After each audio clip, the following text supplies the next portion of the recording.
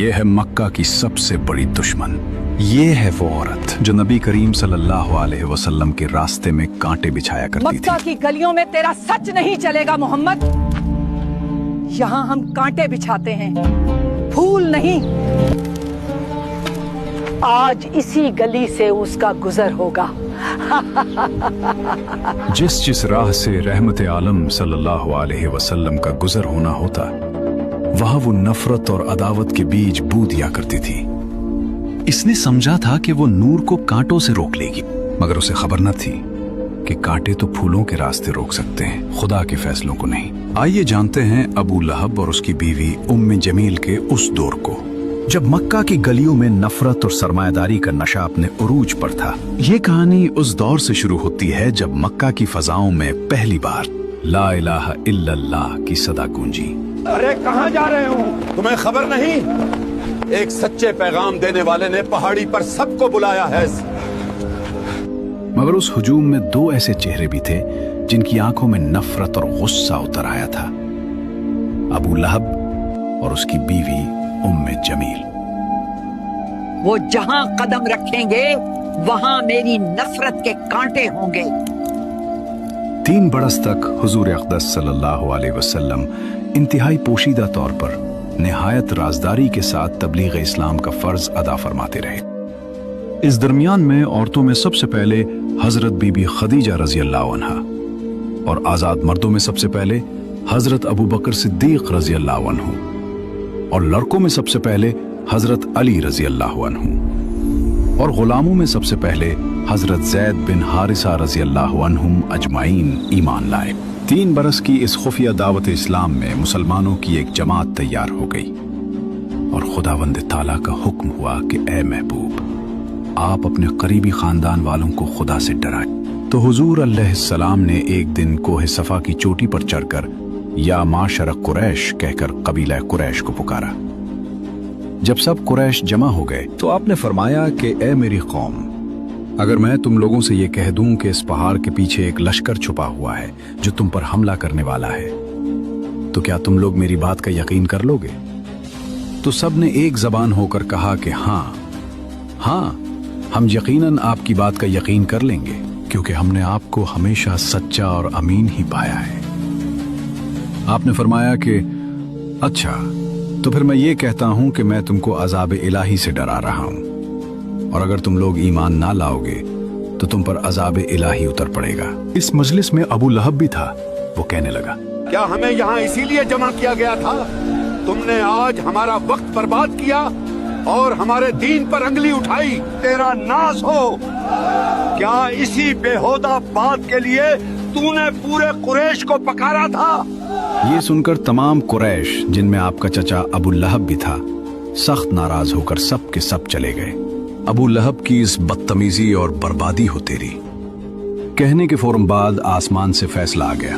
اللہ تعالیٰ نے اسی وقت سورہ لہب نازل فرمائی جس میں ابو لہب کی تباہی کی خبر دی گئی.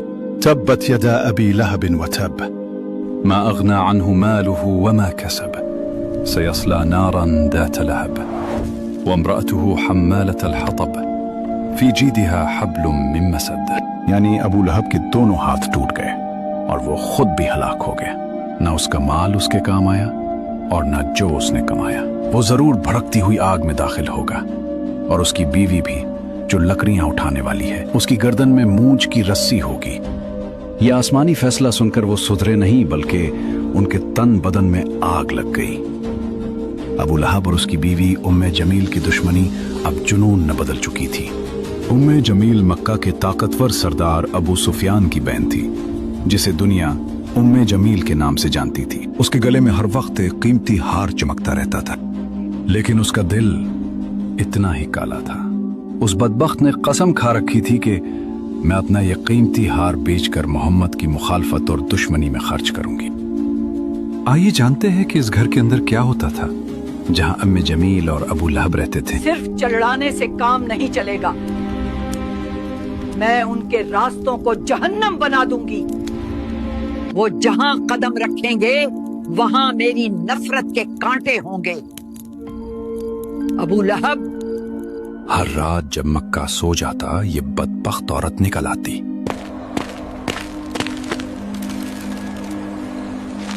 अपने नाजुक हाथों से कांटे जमा करती और उन रास्तों पर बिछा देती जहां से हुजूर सल्लल्लाहु अलैहि वसल्लम फजर के लिए गुजरा करते थे।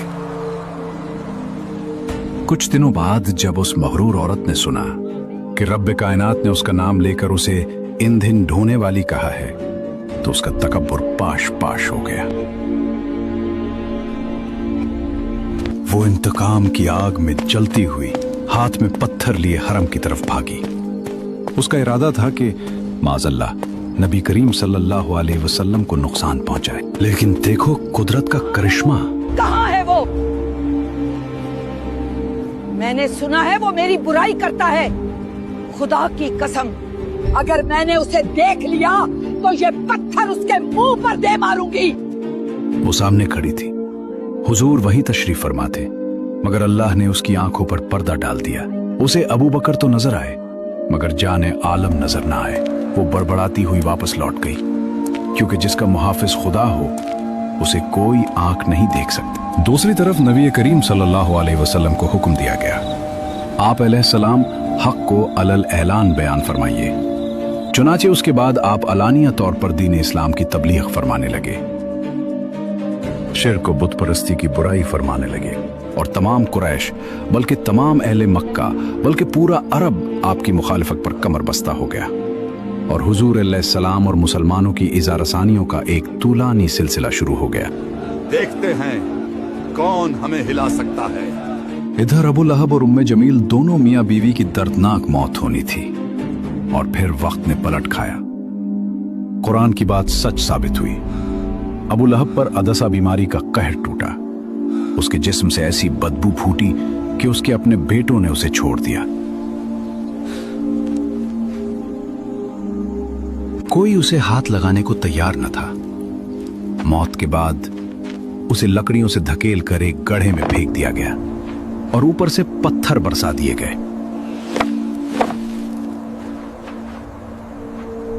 और वो लकड़ियां ढोने वाली उम्मे जमील, जिस रस्सी से वो नबी के रास्ते में कांटे लाती थी, एक दिन जंगल में थक कर बैठी तो वही रस्सी फिसल कर उसके गले का फंदा बन गई।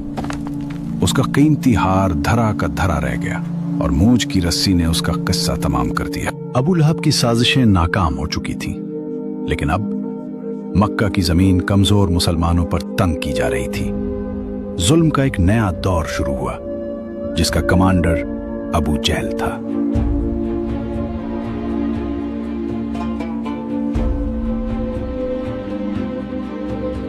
उनका फैसला था कि जो भी गरीब या गुलाम कलमा पढ़ेगा उसे इतनी तकलीफ दो कि वो मौत मांगे या इस्लाम छुफार मक्का खानदान बनु हाशिम के इंतकाम और लड़ाई भड़क उठने के खौफ से हुजूर अलैहिस्सलाम को कत्ल तो नहीं कर सके, लेकिन तरह तरह की तकलीफों और ईज़ा रसानियों से आप पर जुल्म और सितम का पहाड़ तोड़ने लगे। अगर वो मक्का की किसी गली में नजर आए तो उसे एहसास दिलाओ कि ये शहर उसका नहीं है। उसकी आवाज को दबा दो, उसके रास्ते में रुकावटें खड़ी कर दो, ताकि मक्का में कोई उसकी बात सुनने की हिम्मत ना करे। चुनाचे सबसे पहले तो हुजूर अलैहिस्सलाम के काहिन, साहिर, शायर, मजनून होने का हर कूचा और बाजार में जोरदार प्रोपेगेंडा करने लगे। आपके पीछे शरीर लड़कों का गौल लगा दिया, जो रास्तों में आप पर फप्तियां कसते, गालियां देते और ये दीवाना है का शोर मचा मचा कर आपके ऊपर पत्थर फेंकते। कभी कुफारे मक्का आपके रास्तों में कांटे बिछाते, कभी आपकी मुकद्दस और नाजुक गर्दन में चादर का फंदा डालकर गला घोंटने की कोशिश करते। एक मर्तबा जबकि हुजूर अलैहिस्सलाम हरम काबा में नमाज पढ़ रहे थे, ऐन हालत नमाज में अबू जहल ने कहा कि कोई है जो आले फलां के ज़िबा किए हुए ऊंट की ओझड़ी लाकर सजदा की हालत में उनके कंधों पर रख दे। ये सुनकर उक़बा बिन अबी मुअयत काफिर उठा और उस ओझड़ी को लाकर हुजूर अलैहिस्सलाम के दोशे मुबारक पर रख दिया। हुजूर पाक अलैहिस्सलाम सजदे में थे।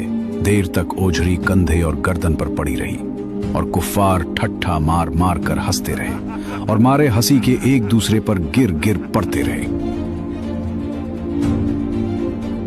आखिर हजरत बीबी फातिमा रदी अल्लाह ताला, जो उन दिनों अभी कम सिन लड़की थी, आए और उन काफिरों को बुरा भला कहते हुए उस ओझड़ी को आपके दोशे मुबारक से हटा दिया।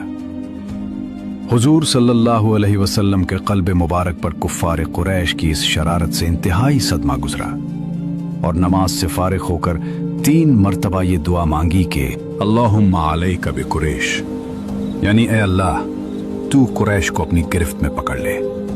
फिर अबू जहल, अक़बा बिन रबिया, शैबा बिन रबिया, वलीद बिन उक़बा, उमैया बिन खल्फ का नाम लेकर दुआ मांगी कि इलाही तू उन लोगों को अपनी गिरफ्त में ले ले। हजरत बिलाल रजी अल्लाह अन्हु, जो उमैया बिन खल्फ काफिर के गुलाम थे, उनकी गर्दन में रस्सी बांधकर कूचा बाजार में उनको घसीटा जाता था। उनकी पीठ पर लाठियां बरसाई जाती थी और ठीक दोपहर के वक्त तेज धूप में गरम गरम रेत पर उनको लिटाकर इतना भारी पत्थर उनकी छाती पर रख दिया जाता था कि उनकी जबान बाहर निकल आती थी। उमैया काफिर कहता था कि इस्लाम से बाज आ जाओ वरना इसी तरह घुट घुट कर मर जाओगे। मगर इस हाल में भी हजरत बिलाल रजी अल्लाह अन्हु की पेशानी पर बल नहीं आता था और बुलंद आवाज से कहते थे, खुदा एक है, खुदा एक है। हजरत अम्मार बिन यासिर रजी अल्लाह को गरम गरम बालों पर चित लिटाकर कुफ्फार कुरैश इस कदर मारते थे कि ये बेहोश हो जाते थे। उनकी वालिदा हजरत बीबी सुमैया को इस्लाम लाने की बिना पर अबू जहल ने उनकी नाफ के नीचे ऐसा नेजा मारा कि ये शहीद हो गई। हजरत जनीरा रजी अल्लाह अन्हा हजरत उमर रजी अल्लाह अन्हु के घराने की बांदी थी। ये मुसलमान हो गईं तो उसको इस कदर काफिरों ने मारा कि उनकी आंखें जाती रहीं। मगर खुदावंद ताला ने हुजूर अक़दस सल्लल्लाहु अलैहि वसल्लम की दुआ से फिर उनकी आंखों में रोशनी अता फरमा दी। तो मुशरिकीन कहने लगे, ये मोहम्मद के जादू का असर है। हजरत अबू ज़र गफारी रज़ी अल्लाह ताला अन्हु जब दामन इस्लाम में आए तो मक्का में एक मुसाफिर की हैसियत से कई दिन तक हरम काबा में रहे। ये रोजाना जोर जोर से चिल्ला चिल्ला कर अपने इस्लाम का ऐलान करते थे और रोजाना कुफार कुरैश उनको इस कदर मारते थे कि ये लहूलहान हो जाते थे। और इन दिनों में आब जमजम के सिवा उनको कुछ भी खाने पीने को नहीं मिला। वाज़ेह रहे कि कुफार मक्का का ये सलूक सिर्फ गरीबों और गुलामों ही तक महदूद नहीं था, बल्कि इस्लाम लाने के जुर्म में बड़े बड़े मालदारों और रईसों को भी उन जालिमों ने नहीं बख्शा। अगर ये वीडियो आपको पसंद आए हो तो लाइक जरूर करें, कमेंट में बताएं अगली वीडियो किस कहानी पर बनाएं और ऐसी हकीकी कहानियों के लिए चैनल को फॉलो करें।